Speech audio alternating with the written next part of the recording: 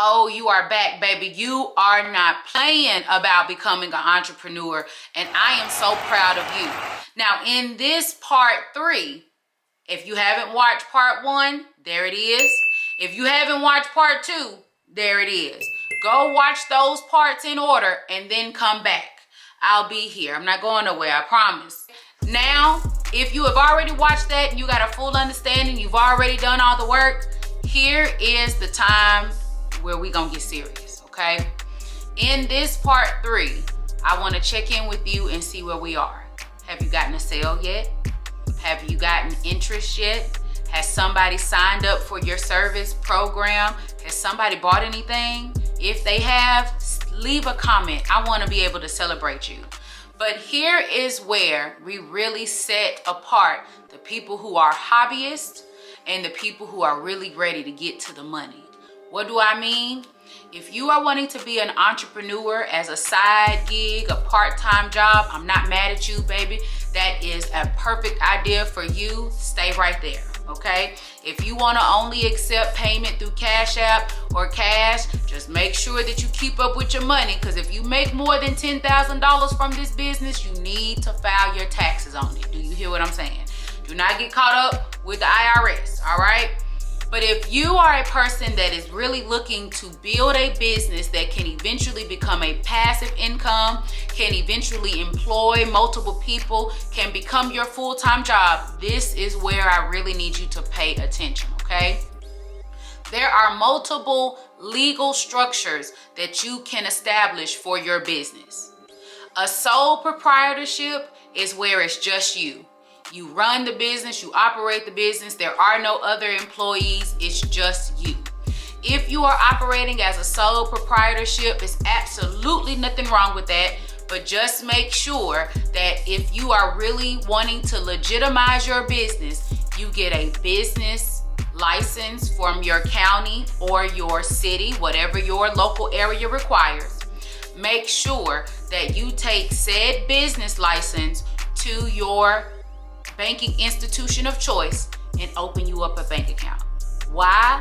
Because if you ever decide that you need funding, you need to be able to show that you have an actual business. They are not gonna wanna take your Cash App transactions. They are not gonna take your handwritten receipts. They are going to wanna see actual deposits going into a business account, okay? So as a sole proprietor, all you need is your business license and you need your business checking account, and you have a legitimate business. Now, if you want to take it up a step, you could become a limited liability company, an LLC. The benefits of structuring your business as an LLC is it creates a separation between you and your business. Now let me stop right here. I am not an attorney. I am not an accountant. I am giving you advice based on what I have done. If this is something that is totally new to you, it may be time for you to hire an attorney or someone who does this full time so you can make sure you set your business up that is in a way best for you. I'm telling you what worked for me, but that does not mean it'll work for you. So double and triple check with the requirements of your state and your city, right? All right, now that I got that disclaimer, I don't need nobody coming back later talking about Ash told me and it was wrong and now I'm being sued. Check with your people, okay? But with an LLC, it's relatively simple to establish. You go to your state Secretary of State's website. In Tennessee, it's tnbear.gov. You fill out some general information. Boom, you have your LLC and you got to pay a fee. You know they're going to want their money, baby. Now, an LLC, a single member LLC, does not give you as much protection as a multi-member LLC. Let me break down why. A single member LLC can still offer you protection, but because it's only one person, they may look at that as just a pass-through. They know there's no other members, so they know that the business is being paid and then you're taking money from the business. There's nobody else to offer a checks and balance. But if you have a husband, a mom, a dad, You can put them as your second member of your LLC. And then if someone was to ever try to sue your LLC, they can't touch you or your mom, your dad, your husband. They cannot touch any of your personal assets. They only have to focus on the business's assets. Okay? So an LLC gives you separation from you as an individual and your business as an entity. You will also need to file an EIN, an employer identification number, with the IRS. Once you do this, please be prepared. They want to see tax returns.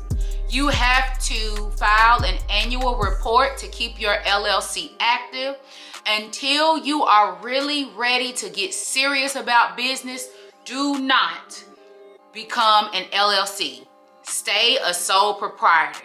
You will waste time and money doing all of this establishing for it to only last a year. You have to pay that annual filing fee every year. You have to file taxes on your business every year. So until you are prepared to do that, don't do this step.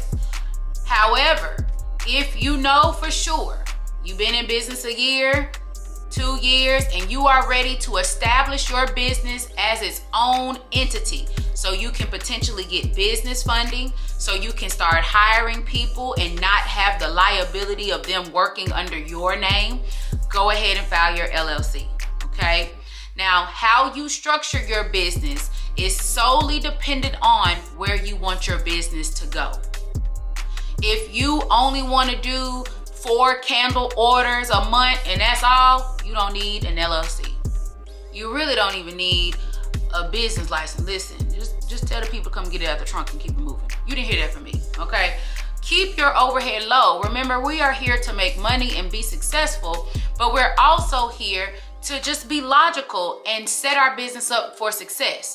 If you have no desire, just be honest with yourself and structure your business as simple as possible. But if you are trying to really get to the bag and you are thinking long term, go ahead and structure your business. I do not know how these people are getting business funding with no documentation, only being open 30 days. I've been in business 20 years. I myself have never done it, never tried it. Sounds like a scam to me, but that doesn't mean that they don't know something I don't know. All that I'm saying is, in order for you to get business funding, you have to have business credit. And how do you get business credit? By being structured as a business and showing payments and income. How you get credit without showing that, I don't know, and I ain't gonna touch it because that's outside of my wheelhouse. But structuring your business as an LLC because you know you want to grow, I want you to start thinking into the future. Are you going to want to scale your business in a year, 2 years, 5 years?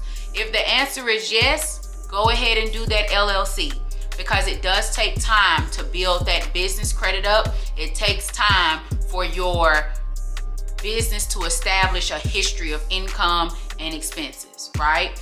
And when you go to your banking institution with your new LLC paperwork and they open your business license, 9 times out of 10, they're gonna offer you a credit card.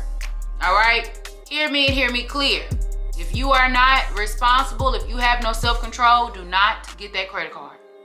But if you know that you are working in the best interest of your business's long-term success, do not be afraid to take that very small credit limit and use it for little things that are business related. Y'all, do not take your business credit card and fund your personal life. Trust me, don't do it. It is called commingling funds. And when the IRS comes to ask you questions about this money because you got to file your taxes and you can't explain what expense is this and what expense, don't do it. Only use that card for business expenses, right? That will help you to build your business's credit quicker, all right? So just FYI. So let's recap, all right? In this part 3, I kept this with just very simple things because it's a lot of information. After you have created your business name, you have secured your social medias, you have started letting people know what you're about to do, you've created your website, and you got interest coming in. You have now started operating your business on a very small scale, and that's okay. But now we are ready to go into phase 3. And phase 3 is where you are going to legally structure your business. A sole proprietorship is where it's just you. All you need is a business license and a business checking account.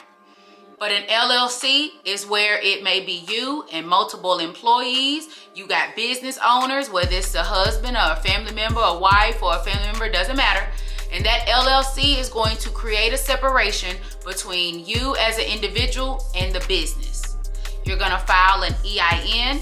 You're going to file an LLC or find somebody who knows what they're doing to help you with that. And then you are going to go and open up your business checking account so you can start establishing payment history in your business's name. You're going to start thinking about where you want your business to go and structuring your business accordingly. Every dime that you make in this business goes in that business checking account first. It is not yours. It is your business's money. Now you gonna take what you need out later, and we'll talk about that in the next video. But every dime that you make goes into your checking account first, because you need to be able to show that your business is making money.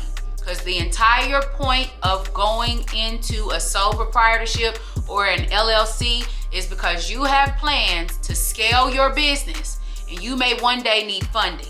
You may one day have to offer a business proposal to business partners, and they're going to ask for your financials. And you have to structure your business correctly so you have the documentation you need to go and get the money that your business needs to grow. Okay? Now listen, take a deep breath. I know that part is scary because you're talking about dealing with the IRS and the federal government, and I don't play with the federal government, baby, okay? But this is a necessary step to prepare your business to go to the successful level that it will go, okay? So this is the end of part 3. I know, you may have to watch this 2 or 3 times. You may have to do some research. If you need me, if you want a one-on-one consultation, I offer those.